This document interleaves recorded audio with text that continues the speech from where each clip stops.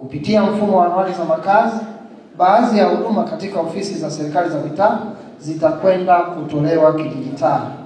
Moja ya huduma hiyo ni utoaji wa barua ya utambulisho wa wakazi ambayo inakwenda kutolewa kupitia mfumo wa NaPA.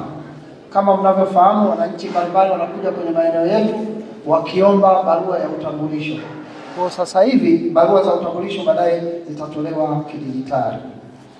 Ndugu Mheshimiwa mgeni rasmi, katika kilele cha maadhimisho ya wiki ya anwani za makazi yaliyofanyika tarehe 8 Februari mwaka 2025, Waziri Mkuu wa Jamhuri ya Muungano wa Tanzania Mheshimiwa Kassim Majaliwa alielekeza utekelezaji wa mfumo za anwani za makazi kuwa endelevu. Katika kutekeleza maelekezo hayo, Ofisi ya Rais TAMISEMI ilishaelekezwa ofisi za mikoa na halmashauri kuteua waratibu wa anwani za makazi na kuunda timu za uratibu. Vile vile, wizara inaendelea kufanya maboresho ya miongozo mbalimbali kwa lengo la kuimarisha utekelezaji wa mfumo wa anwani za makazi. Mheshimiwa mgeni rasmi, miongoni mwa wanufaika wakubwa wa mfumo wa anwani za makazi ni ofisi ya Rais TAMISEMI. Shughuli nyingi zinazotekelezwa, mfano kutambua kaya maskini, kutambua kaya zenye mahitaji maalum na kadhalika, zinategemea sana anwani za makazi. Aidha, mwelekeo wa serikali ni kuunganisha mfumo na kupunguza gharama za kutekeleza shughuli zinazofanana. Mheshimiwa mgeni rasmi, mfumo wa anwani za makazi unawezesha upatikanaji wa taarifa muhimu zinazotumiwa na baadhi ya mifumo yetu kutekeleza majukumu.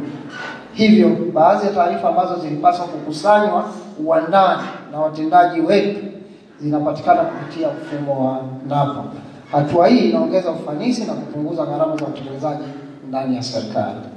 Mheshimiwa mgeni rasmi, kwa kuwa matumizi ya anwani za makazi yamezinduliwa, tunalo jukumu la kuhamasisha wananchi wetu kufahamu anwani zao.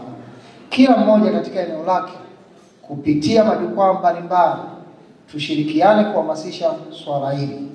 Aidha, kwa watendaji wa serikali za mitaa na vijiji, swala la kuhakikisha taarifa za anwani makazi litumike kupima utendaji kazi wetu. Kwa msingi huo, sote tunapaswa kulipa uzito swala hili na kujitoa kwa hali na mali katika kufanikisha utekelezaji wake.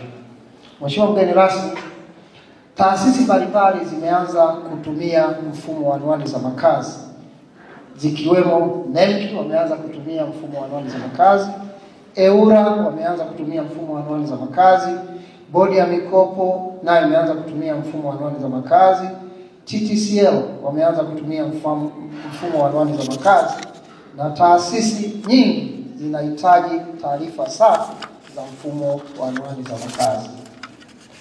Sasa nije kwetu sisi washiriki, ni kwamba sisi tuliopo hapa ndio tutakaowezesha utekelezaji wa swala hili, kwa sababu ili waweze kutumia hizi taarifa tunahitaji kuhakiki ili kuwa na taarifa zilizo safi.